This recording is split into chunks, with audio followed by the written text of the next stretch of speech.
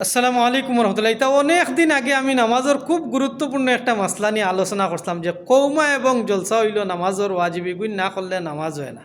তো কয়দিন আগে আমার মেয়ে অসুস্থ, এক বয়স্ক ডাক্তার সাহেবের কাছে লইয়া গেলাম।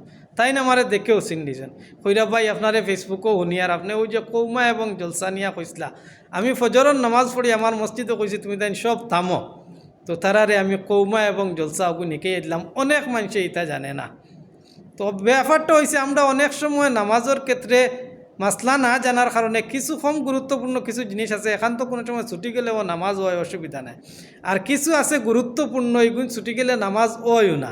এখন আমরা মাসলা না জানার কারণে যেগু কোনো সময় ছুটি গেলেও নামাজ হয় ওগু খুব গুরুত্ব দিয়া পালন করি, আর যেগু ছুটি গেলে নামাজ হয় না ওগু অনেক সময় আমরা ছাড়ি দিই, ছুটি যায়, তখন আমরা বিপদের মাঝে পড়ি। যেমন কৌমায়ের অর্থ হইল রুকু তাকে সোজা হইয়া খাড়া হইয়া দেরি করা ওয়াজিব।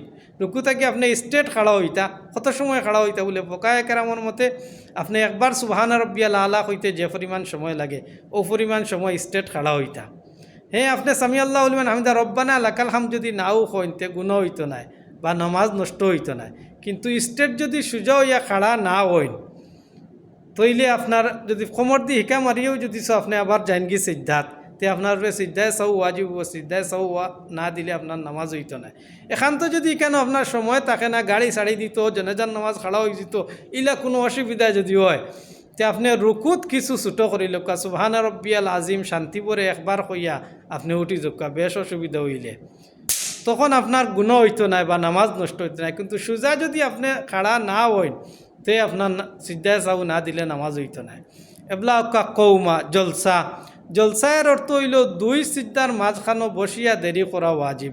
দুই সিদ্ধার মাঝখানো কত সময় বইয়া দেরি করতা বলে একবার সুবহান রাব্বিয়াল আলা কইতে যে পরিমাণ সময় লাগে ও পরিমাণ সময় আপনি দেরি করতা। এই পরিমাণ সময় যদি দেরি নাও করেন তে স্ট্রেট খাড়া হইয়া আপনার সব অঙ্গ প্রত্যঙ্গ জাগাত যেত সোজা বইয়া এরপরে আপনি সিদ্ধা আরক সিদ্ধা দিতা।